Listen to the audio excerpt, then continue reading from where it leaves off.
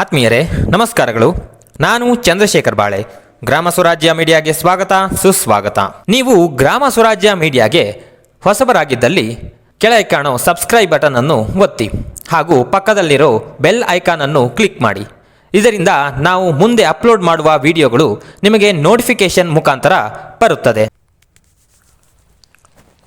ಕೃಷಿ ಉತ್ಪನ್ನಗಳ ಮೌಲ್ಯವರ್ಧನೆಯೊಂದಿಗೆ ಕೃಷಿ ಸಂಪನ್ಮೂಲ ವ್ಯಕ್ತಿಯಾಗಿ ಗಮನ ಸೆಳೆದಿರುವ ಹರೀಶ್ ಆಚಾರ್ಯ. ಮೂಲತಃ ಇವರು ಉಡುಪಿಯವರು. ಮೈಸೂರಿಗೆ ಬಂದು ನೆಲೆಸಿ ಹಲವಾರು ವರ್ಷಗಳಾಗಿವೆ. ಮೈಸೂರು ತಾಲೂಕಿನ ಕಡಕೋಳ ಗ್ರಾಮದಲ್ಲಿ ಜಮೀನು ಹೊಂದಿರುವ ಇವರು ಸಂಪೂರ್ಣ ಸಾವಯವ ಕೃಷಿಕ. ಎಲ್ಲ ಬಗೆಯ ಕೃಷಿ ಬೆಳೆಗಳನ್ನು ಬೆಳೆಸುವುದರ ಜೊತೆಗೆ ಮೌಲ್ಯವರ್ಧನೆ ಮಾಡಿ ಹೆಚ್ಚಿನ ಪ್ರತಿಫಲ ಪಡೆಯುತ್ತಾ ಇದ್ದಾರೆ. ಇದರೊಂದಿಗೆ ಹಲವಾರು ನೂತನ ಕೃಷಿಕರಿಗೆ ಕನ್ಸಲ್ಟೆಂಟ್ ಆಗಿಯೂ ಕೆಲಸ ಮಾಡುವುದರ ಮೂಲಕ ಸಂಪನ್ಮೂಲ ವ್ಯಕ್ತಿಯಾಗಿ ಗಮನ ಸೆಳೆದಿದ್ದಾರೆ. ಮೈಸೂರು ತಾಲೂಕು ಕಡಕೋಳದ ಸಮೀಪ ಇರುವ ಕೋಡನಹಳ್ಳಿ ಗ್ರಾಮದಲ್ಲಿ ಹರೀಶ್ ಆಚಾರ್ಯರಿಗೆ 4.5 ಎಕರೆ ಕೃಷಿ ಭೂಮಿ ಇದೆ. ಸಮಗ್ರ ಕೃಷಿ ಪದ್ಧತಿಯಡಿಯಲ್ಲಿ ಹಲವಾರು ಕೃಷಿ ಬೆಳೆಗಳನ್ನು ಮಿಶ್ರ ಬೆಳೆಗಳಾಗಿ ತಮ್ಮ ತೋಟದಲ್ಲಿ ಬೆಳೆಸಿರುವ ಆಚಾರ್ಯರು ಕೃಷಿಯಲ್ಲಿ ವಿಶೇಷ ಪ್ರಾವೀಣ್ಯತೆಯನ್ನು ಪಡೆದಿದ್ದಾರೆ. ತೆಂಗು, ಅಡಿಕೆ, ಬಾಳೆ, ಅರಿಶಿನ, ಹಣ್ಣಿನ ಗಿಡಗಳಾದ ಕಿತ್ತಳೆ, ಮೂಸಂಬಿ, ಬಟರ್ ಫ್ರೂಟ್, ದಾಳಿಂಬೆ, ಮಾವು, ಸಪೋಟ, ಹಲಸು ಇವರ ತೋಟದಲ್ಲಿದೆ. ಎಲ್ಲವೂ ಫಸಲು ಕೊಡ್ತಾ ಇದೆ. ಸೊಪ್ಪು, ತರಕಾರಿ ಬೆಳೆಗಳನ್ನು ಇವರು ವ್ಯವಸ್ಥಿತವಾಗಿ ಬೆಳೆಸ್ತಾ ಇದ್ದಾರೆ.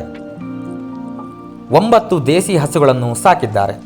ಹಾಲು ಹೊರಗಡೆ ಮಾರಾಟ ಮಾಡುತ್ತಿಲ್ಲ. ತಮ್ಮ ಕೃಷಿ ವ್ಯವಸ್ಥೆಗೆ ಬೇಕಾಗುವ ಸಗಣಿ ಗೊಬ್ಬರ ಮತ್ತು ಗಂಜಲಕ್ಕೆ ದೇಸಿ ಹಸು ಶ್ರೇಷ್ಠ ಎಂದು ಹೇಳುವ ಆಚಾರ್ಯರು ಉತ್ತಮ ಸಾವಯವ ಗೊಬ್ಬರವನ್ನು ತಮ್ಮಲ್ಲೇ ಉತ್ಪಾದಿಸುತ್ತಾರೆ. ಹೊರಗಿನಿಂದ ಯಾವುದೇ ಗೊಬ್ಬರ ತರುವುದಿಲ್ಲ. ಇವರು ರಾಸಾಯನಿಕ ಕೀಟನಾಶಕಗಳನ್ನು ಬಳಸುವುದಿಲ್ಲ. ತಮ್ಮ ತೋಟದಲ್ಲಿ ತಯಾರಾಗುವ ಸಾವಯವ ವಿಧಾನದ ಕೀಟನಾಶಕ ಬಳಕೆ ಮಾಡ್ತಾರೆ. ಇವರ ತೋಟದಲ್ಲಿ 250 ತೆಂಗಿನ ಮರಗಳಿವೆ, 400 ಅಡಿಕೆ ಮರಗಳಿವೆ, 8 ವೆರೈಟಿಯ 200 ಬಾಳೆ ಇದೆ. ಅರಿಶಿನ 20 ಗುಂಟೆಯಲ್ಲಿ ಬೆಳೆಸ್ತಾರೆ. ಹಣ್ಣು ಗಿಡಗಳನ್ನು ತೋಟದ ತುಂಬ ಹಾಕಿದ್ದಾರೆ. ಸ್ಮಾಲ್ ಈಸ್ ಬ್ಯೂಟಿಫುಲ್ ಎಂಬ ತತ್ವ ಇವರದ್ದಾಗಿದ್ದು ಅದಕ್ಕೆ ತಕ್ಕಂತೆ ಸಣ್ಣ ಸಣ್ಣ ತಾಕುಗಳಲ್ಲಿ ಎಲ್ಲ ಬಗೆಯ ಕೃಷಿ ಬೆಳೆಗಳನ್ನು ಬೆಳೆದು ಯಶಸ್ಸನ್ನು ಕಂಡಿದ್ದಾರೆ. ಇವರ ತೋಟಕ್ಕೆ ಮಂಗ ಮತ್ತು ಇತರೆ ಪ್ರಾಣಿಗಳ ಕಾಟ ಇದೆ.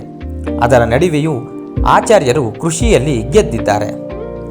ನೀರಾವರಿ ವ್ಯವಸ್ಥೆಗೆ ಒಂದು ಬೋರ್ವೆಲ್ ಮತ್ತು ಒಂದು ಓಪನ್ ವೆಲ್ ಇದೆ. ವರ್ಷದಾದ್ಯಂತ ಎಲ್ಲ ಕಾಲಕ್ಕೂ ನೀರಿನ ಲಭ್ಯತೆ ಇದೆ.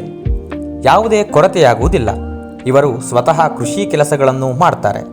ಕಾರ್ಮಿಕರ ಅವಲಂಬನೆ ಕಮ್ಮಿ, ಹಾಗಾಗಿ ಲಾಭದಾಯಕತೆ ಇದೆ. ಮಾರುಕಟ್ಟೆ ಸಮಸ್ಯೆ ಇಲ್ಲ. ಇವರು ತಮ್ಮದೇ ಆದ ಗ್ರಾಹಕ ವಲಯವನ್ನು ಹೊಂದಿದ್ದಾರೆ. ಹರೀಶ್ ಆಚಾರ್ಯರ ಕೃಷಿ ವಿಶೇಷಗಳು ಏನೆಂದರೆ, ಸೊಪ್ಪು ತರಕಾರಿಗಳನ್ನು ಬೆಳೆಸುವ ಆಚಾರ್ಯರು ಅವುಗಳನ್ನು ಮೈಸೂರು ನಗರದ ವಿಜಯನಗರ ಬಡಾವಣೆಯಲ್ಲಿ ಮಾರಾಟ ಮಾಡ್ತಾರೆ. ಸಖತ್ ಸೊಪ್ಪು ಎಂಬ ಹೆಸರಿನ ಸುಮಾರು 30 ಕೃಷಿಕರ ಒಂದು ಗುಂಪಿನಲ್ಲಿ ಇವರು ಸದಸ್ಯರಾಗಿದ್ದು ಪ್ರತಿ ಭಾನುವಾರದಂದು ವಿಜಯನಗರದಲ್ಲಿ ರೈತರ ಸಂತೆ ನಡೆಸ್ತಾರೆ. ಅಲ್ಲಿ ಇವರ ತರಕಾರಿ ಸೊಪ್ಪು ಮಾರಾಟವಾಗುತ್ತದೆ. ಮೈಸೂರು ನಗರದ ವಿವಿಧ ಬಡಾವಣೆಗಳಿಂದ ಗ್ರಾಹಕರು ಬಂದು ಖರೀದಿ ಮಾಡ್ತಾರೆ. ಮೈಸೂರಿನ ವಿಜಯನಗರದಲ್ಲಿ ನಡೆಯುವ ವಾರದ ಸಂತೆಯ ದಿನದಂದು ಇವರು ಅಲ್ಲೇ ಒಂದು ಪುಟ್ಟ ಕ್ಯಾಂಟೀನ್ ವ್ಯವಸ್ಥೆ ಮಾಡ್ತಾರೆ. ಅಲ್ಲಿಗೆ ಬರುವ ರೈತರಿಗೆ ಮತ್ತು ಗ್ರಾಹಕರಿಗೆ ರುಚಿ ರುಚಿಯಾದ ಇಡ್ಲಿ, ವಡೆ, ದೋಸೆಗಳನ್ನು ಅಲ್ಲೇ ತಯಾರಿಸಿ ಮಾರಾಟ ಮಾಡ್ತಾರೆ. ಈ ವ್ಯಾಪಾರವು ಚೆನ್ನಾಗಿ ನಡೆಯುತ್ತದೆ. ಇವರ ತೋಟದಲ್ಲಿರುವ ಹಣ್ಣು ಗಿಡಗಳಿಂದ ಸಿಗುವ ಉತ್ಪನ್ನಗಳ ಮೌಲ್ಯವರ್ಧನೆ ಮಾಡ್ತಾರೆ. ಅಂದರೆ ಸಣ್ಣ ಕಿತ್ತಳೆ, ವೆರೈಟಿಯ ತುಂಬ ಹುಳಿಯಾದ ಕಿತ್ತಳೆ ಹಣ್ಣಿನಿಂದ ಸ್ಕಾಚ್ ತಯಾರಿಸುತ್ತಾರೆ. ವರ್ಷಕ್ಕೆ ಸುಮಾರು 25 ಬಾಟಲ್ ಸ್ಕಾಚ್ ಮಾರಾಟ ಮಾಡ್ತಾರೆ. ಇದಕ್ಕೂ ಕೂಡ ಅವರ ಪರಿಚಿತ ಖಾಯಂ ಗ್ರಾಹಕರಿದ್ದಾರೆ. ಮಾವಿನ ಹಣ್ಣು, ಸಪೋಟಾಗಳ ಪಲ್ಟ್ ಸಂಗ್ರಹಿಸಿ ಅವುಗಳಿಂದ ಹಲ್ವಾ ತಯಾರಿಸಿ ಮಾರಾಟ ಮಾಡ್ತಾರೆ. ಎಲ್ಲವೂ ಖರ್ಚಾಗುತ್ತದೆ. ತಮ್ಮ ತೋಟದ ತೆಂಗಿನಕಾಯಿಯನ್ನು ಕೊಬ್ಬರಿಯಾಗಿಸಿ ಅದರಿಂದ ಎಣ್ಣೆ ತೆಗೆದು ಮಾರಾಟ ಮಾಡ್ತಾರೆ. ತಮ್ಮದೇ ದೇಸಿ ಹಸುಗಳ ಸಗಣಿಯಿಂದ ಬೆರಣಿ ತಯಾರಿಸಿ ಅದನ್ನು ಸಹ ಮಾರಾಟ ಮಾಡ್ತಾರೆ. ತಮ್ಮ ತೋಟದಲ್ಲಿ ಜೀವಾಮೃತ ತಯಾರಿಸಿ ತಮ್ಮ ಕೃಷಿ ವ್ಯವಸ್ಥೆಗೆ ಬಳಸುವುದರ ಜೊತೆಗೆ ಜೀವಾಮೃತವನ್ನು ಬೇರೆ ರೈತರಿಗೆ ಮಾರಾಟವನ್ನು ಕೂಡ ಇವರು ಮಾಡ್ತಾ ಇದ್ದಾರೆ. ಇವರು ಬೆಳೆಸುವ ಅರಿಶಿಣವನ್ನು ಪುಡಿ ಮಾಡಿ ಮಾರಾಟ ಮಾಡ್ತಾರೆ. ಬೇರೆ ಕೃಷಿಕರಿಗೆ ಹೊಸದಾಗಿ ಕೃಷಿ ಕ್ಷೇತ್ರದಲ್ಲಿ ಕಾಲಿಡುವವರಿಗೆ ಇವರು ಸಲಹೆ ಮಾರ್ಗದರ್ಶನ ಕೊಡುವ ಕನ್ಸಲ್ಟೆನ್ಸಿ ಕೆಲಸವನ್ನು ಮಾಡ್ತಾ ಇದ್ದಾರೆ. ಅದರಲ್ಲಿಯೂ ಅವರಿಗೆ ವರಮಾನ ಸಿಗುತ್ತದೆ. ವಿಶೇಷವೇನೆಂದರೆ ಆಚಾರ್ಯರಿಗೆ ಯಾವ ಪ್ರಶಸ್ತಿಗಳು ಬಂದಿಲ್ಲ.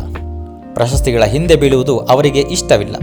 ಆದ್ದರಿಂದ ಸುಖ ಸುಮ್ಮನೆ ನಮ್ಮ ಸಮಯ ವ್ಯರ್ಥವಾಗುತ್ತದೆ. ಆ ಸಮಯದಲ್ಲಿ ತೋಟದಲ್ಲೇ ಏನಾದರೂ ಕೃಷಿ ಕೆಲಸ ಮಾಡಬಹುದು ಎನ್ನುತ್ತಾರೆ ಆಚಾರ್ಯರು. ಯಾವುದೇ ಪ್ರಚಾರವನ್ನು ಬಯಸದ ಇಂತಹ ಕೃಷಿಕರು ಬಹಳ ವಿರಳವೆನಿಸಬಹುದು. ಕೃಷಿಯಲ್ಲಿ ಹಲವು ಹೊಸ ಪ್ರಯೋಗಗಳನ್ನು ಮಾಡುವುದರ ಮೂಲಕ ಇಳುವರಿಯನ್ನು ಹೆಚ್ಚಿಸುವ, ಗುಣಮಟ್ಟದ ಉತ್ಪನ್ನ ತಯಾರಿಸುವ, ಮೌಲ್ಯವರ್ಧನೆ ಮಾಡಿ ಹೆಚ್ಚಿನ ವರಮಾನವನ್ನು ಪಡೆಯುವ ಜಾಣ್ಮೆ ಮತ್ತು ಕೌಶಲ್ಯವನ್ನು ಇವರು ಮೈಗೂಡಿಸಿಕೊಂಡಿದ್ದಾರೆ.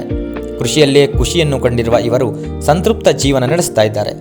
ಆರ್ಥಿಕ ಸ್ವಾವಲಂಬನೆಯೂ ಇವರಿಗೆ ದೊರಕಿದೆ. ಮತ್ತಿನ್ನೇನು ಬೇಕು? ಕೃಷಿಯಲ್ಲಿ ಲಾಭವಿಲ್ಲ ಎಂದು ಹೇಳುವವರು ಒಮ್ಮೆ ಇವರ ತೋಟಕ್ಕೆ ಭೇಟಿ ಕೊಡಬೇಕು. ಅಂತಹವರಿಗೆ ಇವರೊಂದು ಮಾದರಿಯಾಗಿ ಕಾಣಿಸ್ತಾರೆ.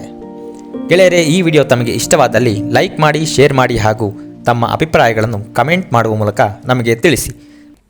ನಿಮಗೆ ಈ ವಿಡಿಯೋ ಇಷ್ಟ ಆಗಿದ್ದಲ್ಲಿ ಚಾನಲ್ಗೆ ಸಬ್ಸ್ಕ್ರೈಬ್ ಮಾಡಿ ಹಾಗೂ ಪಕ್ಕದಲ್ಲಿರೋ ಬೆಲ್ ಐಕಾನನ್ನು ಒತ್ತಿ. ಇದರಿಂದ ನಾವು ಮುಂದೆ ಅಪ್ಲೋಡ್ ಮಾಡುವಂತಹ ವಿಡಿಯೋಗಳು ನಿಮಗೆ ನೋಟಿಫಿಕೇಶನ್ ಮುಖಾಂತರ ಬಂದು ತಲುಪುತ್ತದೆ. ಧನ್ಯವಾದಗಳೊಂದಿಗೆ ಗ್ರಾಮ ಸ್ವರಾಜ್ ಮೀಡಿಯಾ.